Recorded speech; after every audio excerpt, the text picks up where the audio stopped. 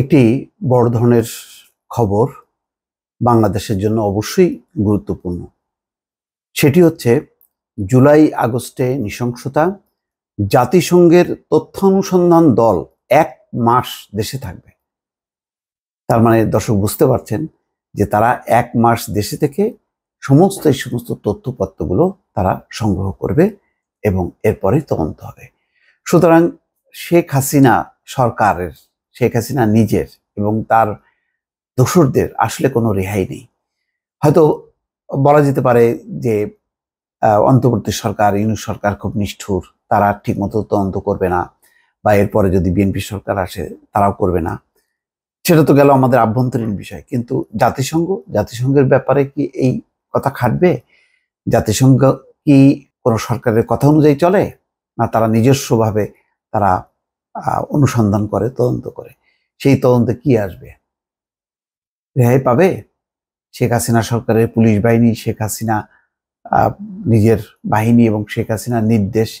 কি কারণে, কাদের নির্দেশে এই দলগুলো একেবারে খুনের উন্মত্ত তাড়িয়ে মাঠে নেমেছিল? সেই তদন্ত বাংলাদেশের আর কখনো হয়নি, এই প্রথমবারের মতো হতে যাচ্ছে। এটি সাধারণত যে সমস্ত দেশে গৃহযুদ্ধ হয়, সেই গৃহযুদ্ধের পর তখন জাতিসংঘ বা আন্তর্জাতিক এই ধরনের সংস্থা তারা তদন্ত করে, তারা দেখার চেষ্টা করে যে কাদের নির্দেশে কিভাবে এই হত্যাকাণ্ডগুলো সংঘটিত হয়েছে, এবং তখন তারা আন্তর্জাতিকভাবে তারা হত্যাকারী হিসাবে চিহ্নিত হয়। তাদের দেশে বিদেশে কোথাও কোনো ঠাঁই হয় না, তাদের একমাত্র ঠাঁই হচ্ছে জেল জীবন, কারাজীবন অথবা মৃত্যুদণ্ড। দেখা যাক এখন কিভাবে সেই ঘটনাটি ঘটে। এই খবরে যেটা বলা হচ্ছে যে ছাত্র জনতার আন্দোলন কতটা নৃশংসভাবে দমনের চেষ্টা করেছিল বিগত আওয়ামী লীগ সরকার, সেই বিষয়ে 1 মাস তদন্ত করবে জাতিসংঘের তথ্য অনুসন্ধান দল। ঢাকা, চট্টগ্রাম, রংপুর সহ দেশের 8টি বিভাগীয় শহর ঘুরে সহিংসতার শিকার ব্যক্তি, ভুক্তভোগীদের স্বজন এবং প্রত্যক্ষদর্শীদের সাক্ষ্য নেওয়ার পাশাপাশি বিভিন্ন ধরনের তথ্যপত্র সংগ্রহ করবেন প্রতিনিধি দলের সদস্যরা। এরকম জাতিসংঘের কিন্তু অনুসন্ধান দল বাংলাদেশে গুম খুনের ব্যাপারে অনুসন্ধান করতে চেয়েছিল, তদন্ত করতে চেয়েছিল, কিন্তু সরকারও অনুমতি দেয়নি। তারা জানে যে জাতিসংঘের কোনো টিম যখন আসবে তখন তারা তাদের মতন করে অনুসন্ধান করবে, তারা ওই বেনজিরের কথাই, হারুনের কথাই তারা তদন্ত করবে না।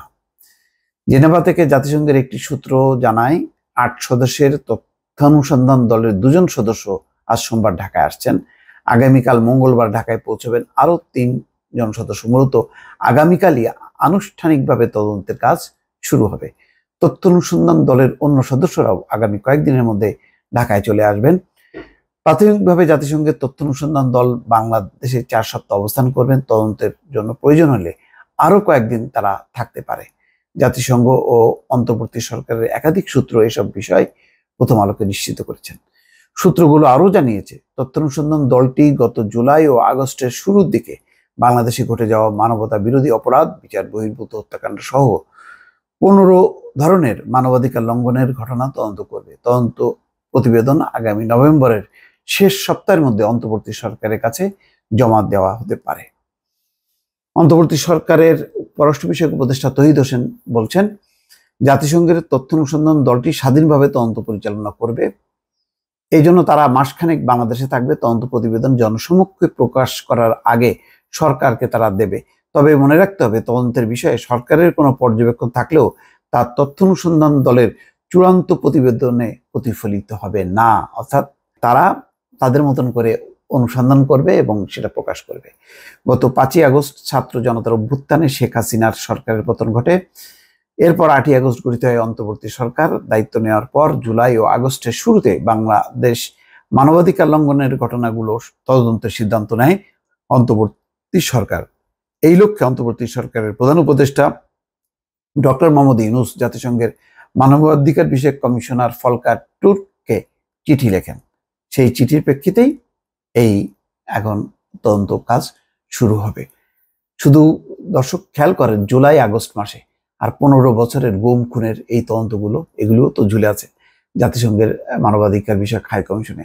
ওই গুম বিষয়ক কমিশন তারাও যদি তদন্ত শুরু করে, শেখ হাসিনার আসলে রেহাই নেই। শেখ হাসিনা অবৈধভাবে ক্ষমতায় থাকতে যে যে পরিমাণ গুম খুনের আশ্রয় নিয়েছে, তাতে ওই 15ই আগস্ট 21শে আগস্ট এগুলি আসলে ম্লান হয়ে যাবে, এগুলো যখন একটা একটা করে এই অনুসন্ধানে বের হয়ে আসবে। দর্শক ভালো থাকবেন, আল্লাহ হাফেজ।